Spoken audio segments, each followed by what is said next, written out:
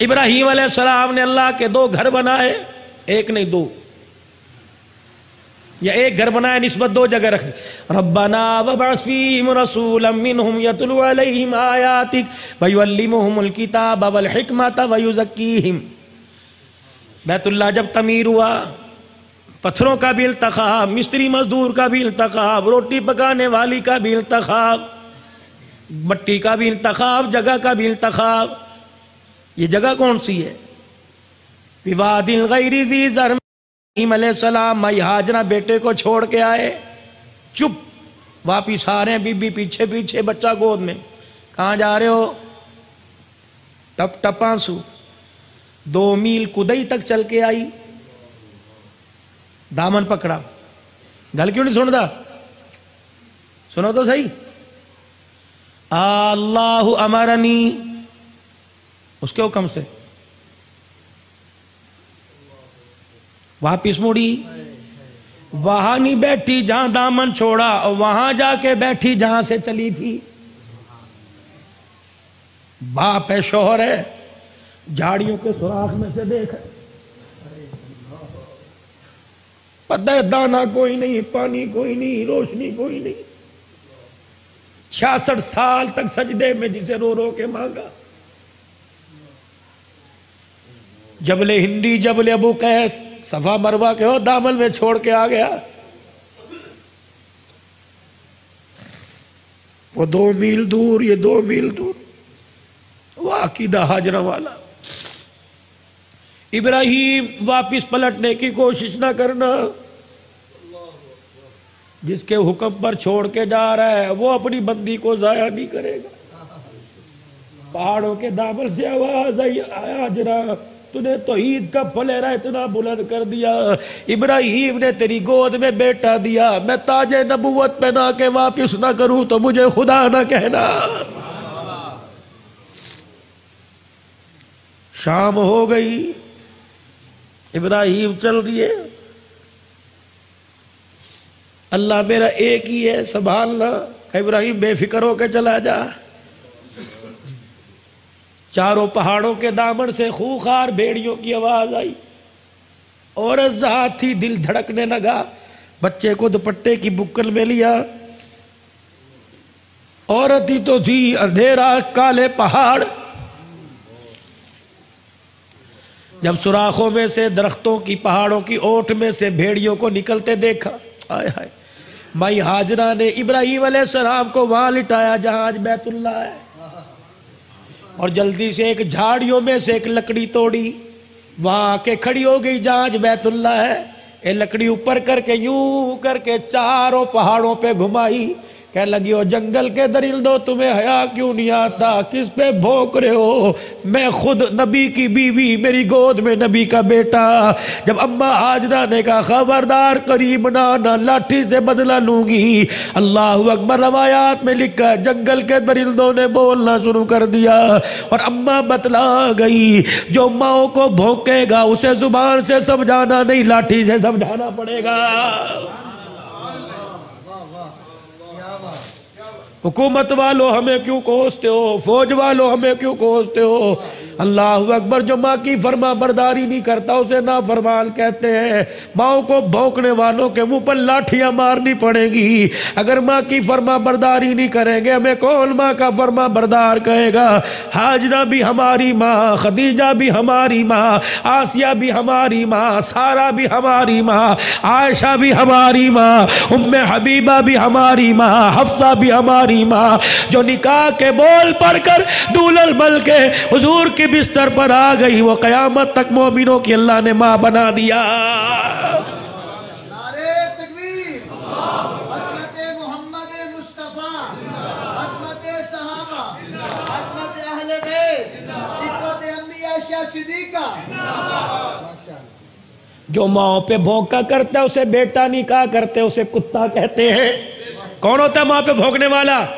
کون ہوتا ہے ماں پہ بھونکنے والا؟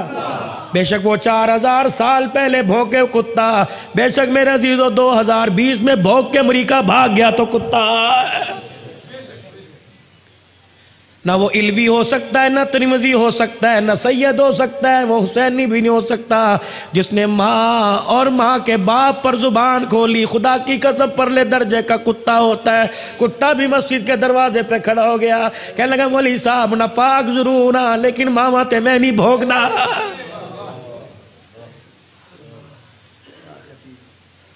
خدا کے واسطے ہو لوگو، اس وقت مدارس دینیہ جو کام کر رہے ہیں تمہیں پتہ ہی کوئی نہیں، دکانوں پہ بیٹھ کے، مکانوں میں بستروں پہ لیٹ کر تم جو دین کی برکتوں کے مزے اڑا رہے ہو، خدا کی قسم اس کا کریڈٹ سارا مدارس دینیہ کو جاتا ہے۔ چٹائیوں پر بیٹھنے والے، پیڑیاں رگڑنے والے، 8 دلدار روٹی کھانے والے، کچی روٹی کے کناروں پہ خدا کا شکر کرنے والے، او لوگوں سردی کے موسم میں ٹھنڈے فرش پہ لیٹنے والے، آج میرے عزیزو علاقے والوں جو تمہیں آج کاروبار میں برکت مل رہی ہے، مدرسے میں قرآن پڑھنے والوں کی وجہ سے برکت مل رہی ہے۔ آخری بات عرض کر کے جاؤں گا میرے عزیزوں، اس برکت کو کھو نہ دینا، اس کے رستے کو بدل نہ دینا، یہ نہ ہو یہ برکت اٹھ کے کہیں اور چلی جائے۔ اللہ کے واسطے اس برکت کو برقرار رکھنا۔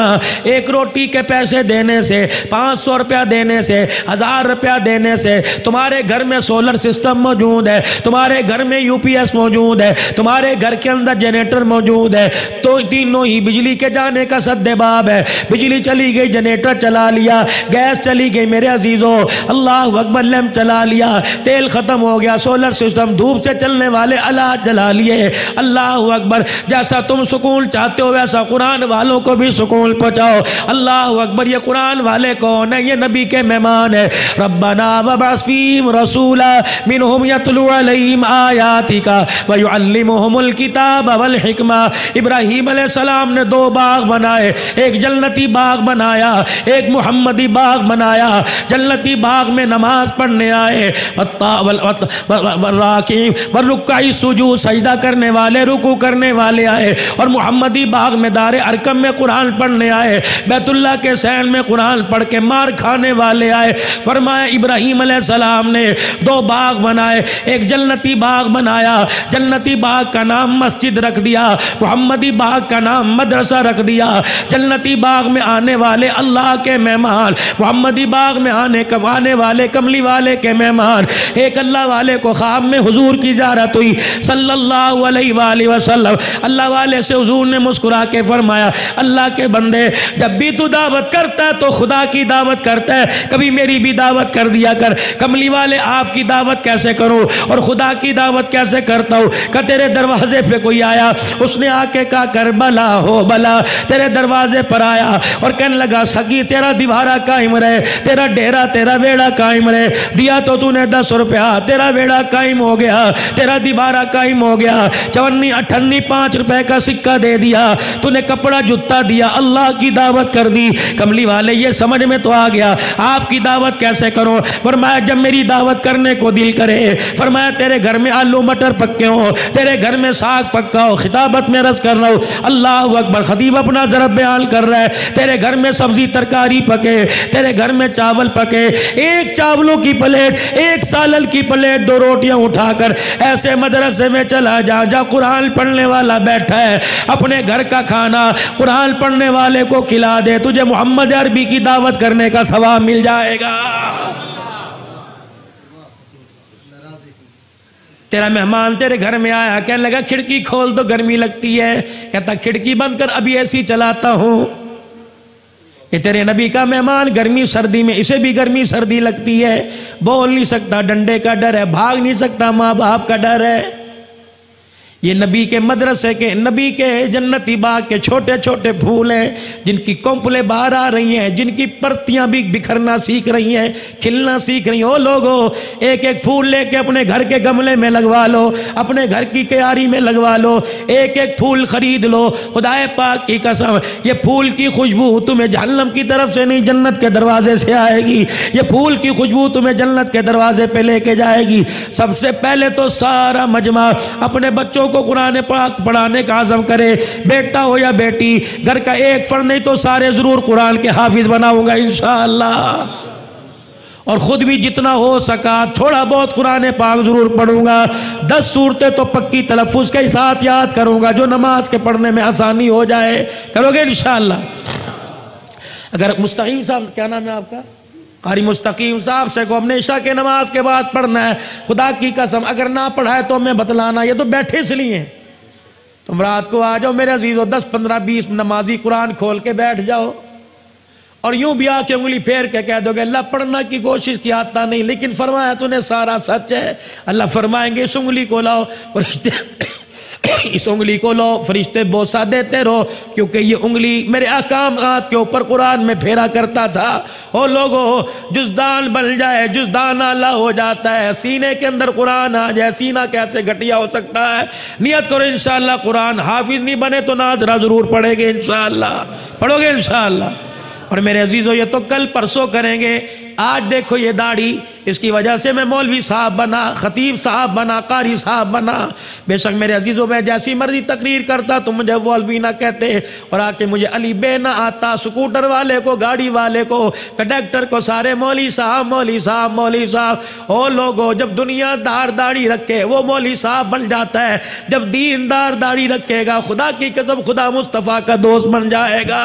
یہ ایسا تحفہ ہے خدا کی قسم، حقیقت کا قبر میں پتہ لگے گا. علماء کرام نے لکھا، محققین کا اللہ بھلا کرے، فرمایا جو آدمی جس کے ٹانگوں گوڈوں میں جوڑوں میں درد ہوتا ہو، فرمایا جب بھی وضو کرے داڑھی کا پانی سارا نچوڑ کر اپنے وجود پر جوڑوں پہ لگا لے، اللہ اس کی برکت سے شفا عطا فرما دے گا.